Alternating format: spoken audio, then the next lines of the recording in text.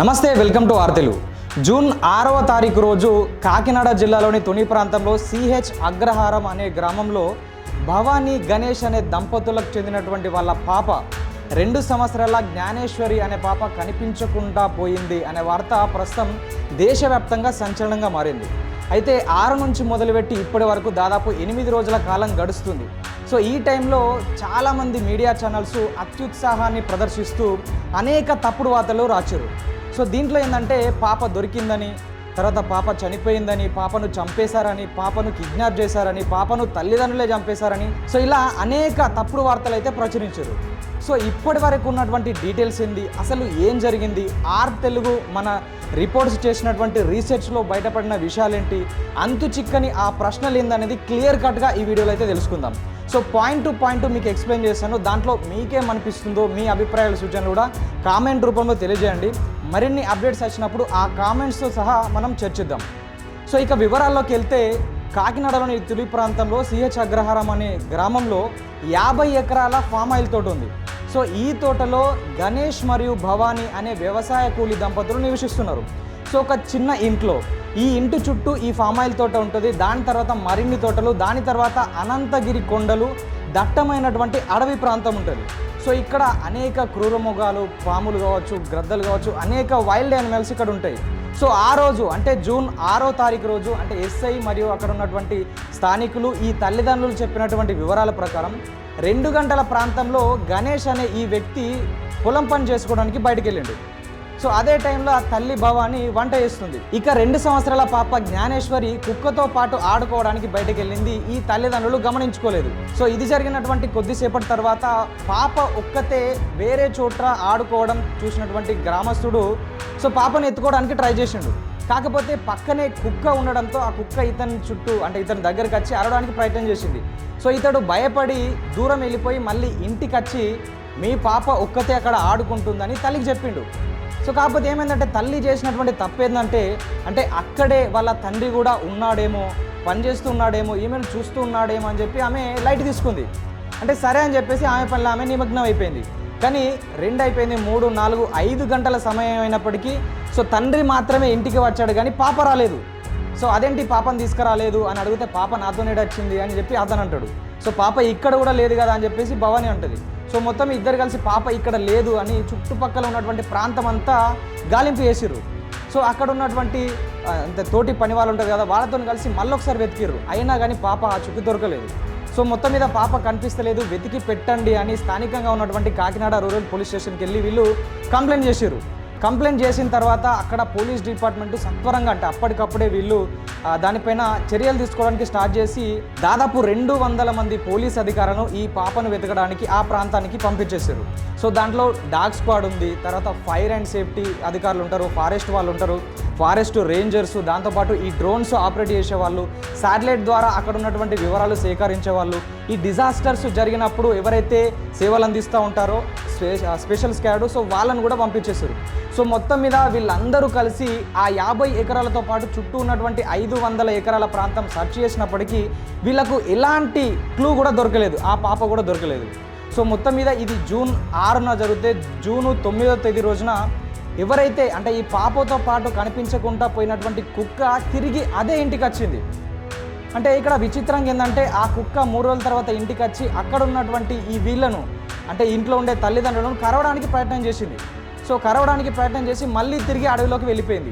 So కనీసం ఈ కుక్క ద్వారా అయినా మనకు క్లూ దొరుకుతుంది, కుక్క ద్వారా అయినా ఆ పాప ఎటు పోయింది దొరుకుతుందనే ఉద్దేశంతో పోలీసులు ముందు ఆ కుక్కను పట్టుకోవడానికి ప్రయత్నం చేశారు. సో 9వ రోజున ట్రై చేస్తే వీళ్ళకి దొరకలేదు. స్థానిక ప్రజలనే పట్టుకోవడం చాలా ఇబ్బంది అయింది. సో మొత్తం మీద యూపీకి చెందినటువంటి అక్కడ పొలంలో పనిచేసే ఒక వ్యక్తి ఆ కుక్కను పట్టుకొని 10వ తారీఖు రోజున ఆ పోలీసులకు అప్పయిపోయిండు. అంటే వీళ్ళ వల్ల కాలేదు కానీ యూపీలో ఉన్నటువంటి ఈ వ్యక్తి మాత్రం పట్టుకొని పోలీసులకు అప్పచెప్తే ఆ కుక్కకు వైద్య చికిత్స చేయించి సో దానికి ఒక GPS ట్రాకర్ అమర్చి ఆ కుక్క ఎక్కడికి పోతుంది పాయింట్ టు పాయింట్ చెక్ చేసి ఆ ప్రాంతంలో అంటే కుక్క ఏ ప్రాంతానికి అయితే పోతుందో అక్కడి ప్రాంతంలో దట్టమైనటువంటి పొదలు కావచ్చు, గుహలు కావచ్చు, అక్కడికి కూడా పోలీసులను పంపించి వీళ్ళు సెర్చ్ చేసిర్రు. అయినప్పటికీ పాప గురించినటువంటి ఎలాంటి ఆచూకీ కూడా దొరకలేదు. సో అంటే ఇక్కడ తల్లిదండ్రులు చెప్తున్న ప్రకారం ఏంటంటే దాదాపు ఒక 5 నెలల క్రితం ఒక 5గురు మాస్క్లు వేసుకొని వచ్చి ఈ తండ్రి అయినటువంటి గణేష్ను బెదిరించిర్రు, ఏదో కారు విషయంలో గొడవ జరిగింది, నీ అంతు చూస్తామని బెదిరించారు అని వీళ్ళు ఇప్పుడు పోలీసులకు చెప్తారు. అంటే ఒకవేళ వీళ్ళే కిడ్నాప్ చేశారా అనే కోణంలో ప్రస్తుతం అయితే పోలీసు ఇన్వెస్టిగేషన్ సాగుతుంది. సో అయితే మనం గమనించాల్సినటువంటి కొన్ని విషయాలు ఏంటంటే, ఇక్కడ ఏదైతే 6వ తారీఖు రోజు తప్పిపోయిందో ఆ తర్వాత ఈ 50 ఎకరాల ప్రాంతంలో దాదాపు 37 సీసీ కెమెరాలు ఉన్నాయి. సో అంటే ఏదో ఒక కెమెరాలన్నా ఎవరైనా కిడ్నాప్ చేసినా ఎవరైనా చంపేసినా కానీ దాంట్లో అవుట్పుట్లో కొంచెమైనా క్లూ ఉండాలి, కానీ లేదు. అంటే ఏ ప్రాంతంలో కెమెరా ఉంటుంది, ఎక్కడెక్కడైతే ఏం చేయొచ్చు అని తెలిసిన వాళ్ళు మాత్రమే ఏదైనా చేసి ఉండాలి. ఈ తల్లిదండ్రులు చెప్పిన ప్రకారం ఆ బెదిరించిన వాళ్ళే కిడ్నాప్ చేసి ఉంటే లేదా ఇంకెవరైనా కిడ్నాప్ చేసి ఉంటే సో డబ్బు కోసం డిమాండ్ చేయడానికి వాళ్ళు కాల్ చేసి ఉండాలి. కానీ వారం రోజులు గడుస్తున్నా ఇప్పటి వరకు ఎలాంటి కాల్ కూడా రాలేదు, ఎలాంటి బెదిరింపు కానీ డబ్బుల కోసం కానీ కాల్ చేయలేదు. కాబట్టి కిడ్నాప్ అయ్యే ఆస్కారం ఉండడానికి చాలా తక్కువ అంశాలు ఉన్నాయి. సో ఇంకొక విషయం ఏంటంటే, ఈ 50 ఎకరాల ఫామ్ ఆయిల్తో పాటు చుట్టూ ఉన్నటువంటి తోటలో పనిచేసే వాళ్ళు చాలా వరకైతే యూపీ, బీహార్ వాళ్ళు ఉంటారు. సో వీళ్ళు ఉన్నటువంటి ప్రాంతంలో అంటే వీళ్ళ మైండ్ సెట్ కొంచెం డిఫరెంట్గా ఉంటుంది. చాలా వార్తల్లో మనం తెలుగు రాష్ట్రాలు కూడా చూసినాం, చిన్న పాపలను ఎత్తుకోవడం కావచ్చు, ముసలి వాళ్ళపైన దాడి చేయడం కావచ్చు, లేదంటే దొంగతనాలు కావచ్చు, ఇలాంటి వాళ్ళలో ఎక్కువ మంది యూపీ, బీహార్కు చెందిన వాళ్ళు ఇన్వాల్వ్ అవుతారు. సో మరి చుట్టూ ఉన్నటువంటి ఈ వ్యవసాయ కూలీలు దీంట్లో ఏమైనా ఇన్వాల్వ్ అయ్యారా అనేది క్వశ్చన్. ఎందుకంటే స్థానికంగా ఉన్నటువంటి ప్రజలు ఆ కుక్కను హ్యాండిల్ చేయలేకపోయారు. కాకపోతే యూపీ నుంచి వచ్చినటువంటి వ్యక్తి ఆ కుక్కను దొరకబట్టి పోలీసులకు అప్పయిపోయిండు. అంటే అక్కడ స్థానికంగా ఉన్నటువంటి వాతావరణం పైన, స్థానికంగా ఉన్న పరిస్థితులపైన వీళ్ళకు పట్టుంది. సో మరి వాళ్ళే ఏమన్నా చేశారా అనే కోణంలో పోలీసులు ఇట్లా ఇన్వెస్టిగేట్ చేస్తే ఇంకేదైనా క్లూ అంటే వీళ్ళని దొరకబట్టి వాళ్ళ స్టైల్లో కొట్టడం కానీ ఇంకే విధంగా 4 దెబ్బలు తగిలిస్తే వాళ్ళు చెప్పే ఆస్కారం ఉంటుంది. సో ఇంకొకటి ఏంటంటే, ఈ డాగ్ బిహేవియర్, ఈ కుక్క ఏదైతే 3 రోజుల తర్వాత తిరిగి అదే ఇంటికి వచ్చిన తర్వాత ఈ కుక్కను పెంచినటువంటి ఆ తల్లిదండ్రులపైనే అంటే వాళ్ళని కరవడానికి ప్రయత్నం చేసింది. సో మరి ఎందుకు? సో వాళ్ళే పెంచిరు, వాళ్ళే తిని పెట్టారు, 3 రోజుల తర్వాత ఎందుకు వచ్చి వీళ్ళని దాడి చేసింది?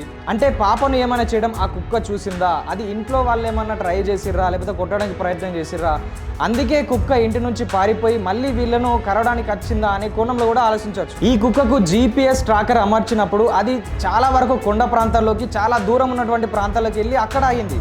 సో మరి ఎందుకు అలాంటి ప్రాంతాలు అంటే ఇంతకుముందు పోని ప్రాంతాలకు కుక్క పోయింది అంటే అక్కడ కొండ గుహల్లో గిట్ట పాపను తీసుకెళ్ళిరా అనే కోణంలో కూడా పోలీసులు అనేది ప్రస్తుతం విచారణ చేస్తారు.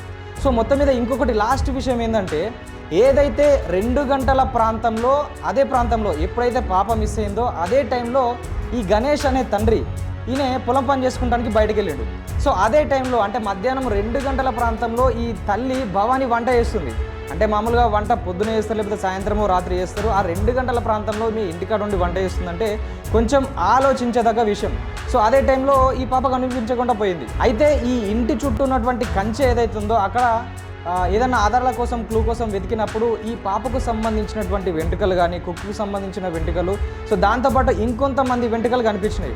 సో దీన్ని DNA పరిశీలిస్తే మల్టిపుల్ అంటే గ్రూప్ ఆఫ్ మెంబర్స్ అక్కడ ఉన్నారు, గ్రూప్ ఆఫ్ మెంబర్స్ యొక్క వెంట్రుకలు ఉన్నాయని చెప్పి ఈ పోలీసులు నిర్ధారణ చేసుకున్నారు. అంటే ఎక్కువ మంది గిట్ట ఈమెను తీసుకుని వెళ్ళిర్రా అనే కోణంలో కూడా పోలీసులు అనేది దర్యాప్తు చేస్తారు. కాకపోతే ఈ 200 మీటర్ల దూరంలో దాదాపు 3 గంటల ప్రాంతంలో పాప ఒక్కతే కనిపించింది కాబట్టి సో మరి ఇంటి దగ్గర నుంచి అయితే వీళ్ళు తీసుకుపోలేదు అనేది ఒకటి కాన్సెప్ట్ అనేది క్లియర్ అయిపోతుంది. సో ఇప్పటి వరకు ఉన్నటువంటి వివరాల ప్రకారం పాప చనిపోయినట్టు ఎలాంటి ఆధారాలు లేవు. సో ఎందుకంటే అది ఒక దట్టమైన అడవి ప్రాంతంలో ఉన్నటువంటి ఏరియా కాబట్టి ఒకవేళ పాప చనిపోయి ఉన్నా, పాపను జంతువులు లాక్కెళ్ళినా, లేకపోతే రక్త మరకలు ఉన్నా కానీ ఈ కాకులు కావచ్చు, కుక్కలు కావచ్చు, మిగతా వన్యప్రాణులు, రాబందులు లాంటివి అక్కడికి వెళ్ళి గుమిగూడే ప్రాంతం ఉంటుంది. సో అలాంటిటప్పుడు ఎవరైతే ఈ డ్రోన్స్ ద్వారా వీళ్ళు పరిశీలిస్తున్నారో, డ్రోన్లలో కావచ్చు, సీసీ కెమెరాలో కావచ్చు, ఇదంతా రికార్డే ఆస్కారం ఉంటుంది. కాబట్టి పాప చనిపోయిన ఆనవాళ్ళు కానీ, కిడ్నాప్ చేసినట్టు కానీ ఇప్పటి వరకు ఉన్నటువంటి అప్డేట్స్ ప్రకారం అయితే లేదు. సో ఇది ఇప్పటి వరకు ఉన్నటువంటి డీటెయిల్స్. మరిన్ని అప్డేట్స్ వచ్చినప్పుడు ఖచ్చితంగా మరొక వీడియోతో మీ ముందు ఉంటాం. సో ఈ సంఘటనల గురించి, ఇప్పటి వరకు జరిగినటువంటి అంశాల గురించి మరి మీరేమనుకుంటున్నారో కామెంట్ రూపంలో తెలియజేయండి. మరొక వీడియోతో మీ ముందు ఉంటాం. చూస్తూనే ఉండండి ఆర్ తెలుగు.